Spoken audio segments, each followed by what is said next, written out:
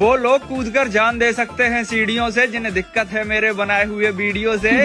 और वीडियो बनाना मैंने स्टार्ट किया है पर पता नहीं कुछ लोगों की क्यों जल गई और खुद की औलादे सारे कांड करे बैठी हैं, पर मैंने सिर्फ रील बनाना स्टार्ट कर दिया। इसी में लोग कहते हैं कि फलाने की औलाद तो हाथ से निकल गई। और कुछ लोग मेरी आईडी ऐसे चेक करते हैं जैसे कि इंडियन आर्मी निकली हो पाकिस्तान पे करने सर्जिकल स्ट्राइक। और जलनखोरों की सबसे बड़ी आदत यही होती है कि वो रील सारी देखेंगे पर ना तुम्हें फॉलो करेंगे ना ही तुम्हारी रील करेंगे लाइक।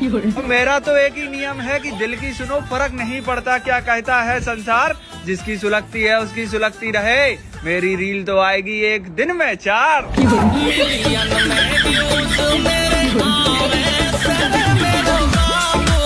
वो लोग कूदकर जान दे सकते हैं सीढ़ियों से जिन्हें दिक्कत है मेरे बनाए हुए वीडियो से।